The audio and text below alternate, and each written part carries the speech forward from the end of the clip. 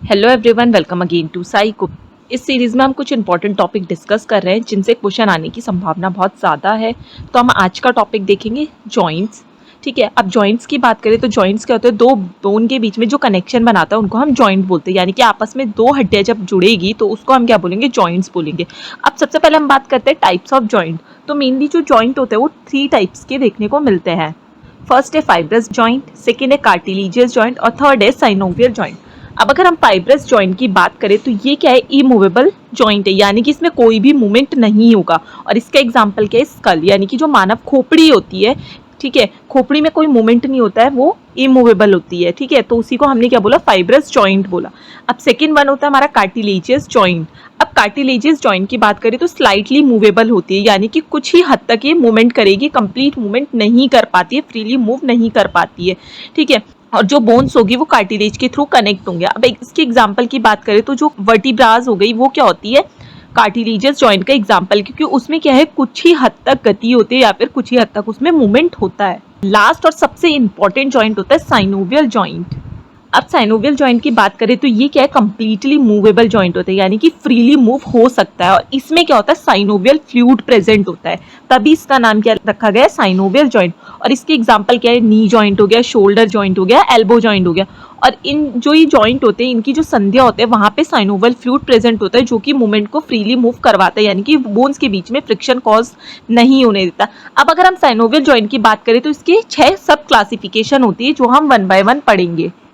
अब यहाँ आप डायग्राम में देख सकते हैं साइनोवियल जॉइंट के टाइप्स। तो पहला इसमें है पाइवेट जॉइंट, दूसरा है सैडल जॉइंट, तीसरा है प्लेन जॉइंट, जिसको पल्नर जॉइंट या फिर ग्लाइडिंग जॉइंट भी बोलते हैं। तो हमें कंफ्यूज नहीं होता है, तो चाहे ग्लाइडिंग जॉइंट पूछा जाए या फिर प्लेन जॉइंट बोला जाए, दोनों सेम है। नेक्स्ट होता है हिंज जॉइंट, उसके बाद आता है कॉन्डेलॉइड जॉइंट, जिसको हम एलिपॉइडल जॉइंट भी बोलते हैं, और लास्ट होता है बॉल एंड सॉकेट जॉइंट। अब 1 बाय 1 हम देखते हैं कि ये वाले जॉइंट कौन से पार्ट में प्रेजेंट होते हैं। अब साइनोवियल जॉइंट की बात करें तो सबसे पहला आ जाता है बॉल एंड सॉकेट जॉइंट। हमने वहाँ डायग्राम में देखा था बॉल एंड सॉकेट जॉइंट।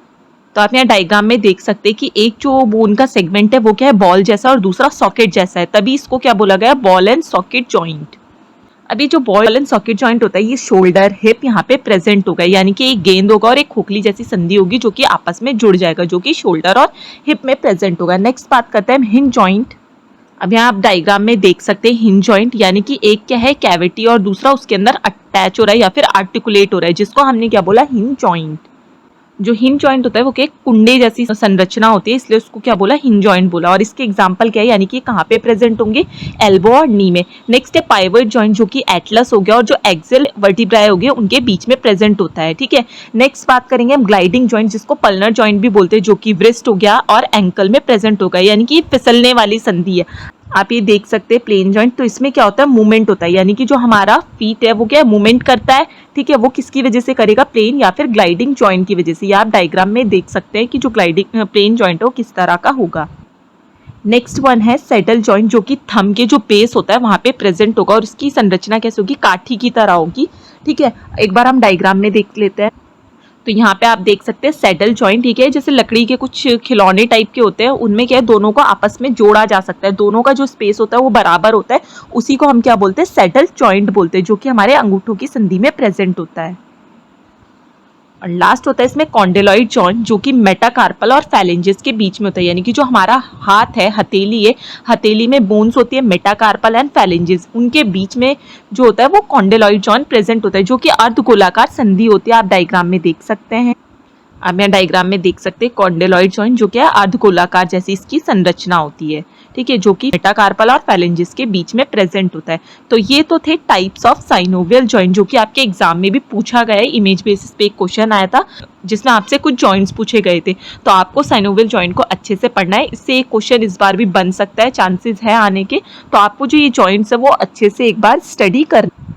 साथ में आप ये कुछ इंपॉर्टेंट टर्म्स भी याद रख सकते हैं, जैसे कि लिगामेंट्स। लिगामेंट्स का काम क्या करता है, ये बोन से बोन को कनेक्ट करने का काम करता है, यानी कि एक हड्डी जब आप दूसरी हड्डी से जॉइंट होते हैं तो लिगामेंट के थ्रू होगी। फिर नेक्स्ट आ गया टेंडन। टेंडन क्या करता है, जो हमारी बोन है और मसल्स है उनके बीच में कनेक्शन बनाना है, यानी कि हमारी मांसपेशियों को हड्डी से जोड़ता है। और साइनोवियल जॉइंट मैंने पहले ही बताया कि ये क्या करता है, एक लुब्रिकेंट का काम करता है, जिससे कि दो बोन्स के बीच में फ्रिक्शन या फिर घर्षण कम हो जाए या फिर हो ना। ठीक है, और जो साइनोवियल फ्लूइड होता है वो आप सभी को पता ही, जितने भी हमारे साइनोवियल जॉइंट हो गए उसमें प्रेजेंट होगा। तो आज की क्लास में हमने जॉइंट्स के बारे में पढ़ा और मेनली हमने साइनोवियल जॉइंट पे फोकस किया। तो आज की क्लास में इतना ही। Thank you everyone, have a nice day.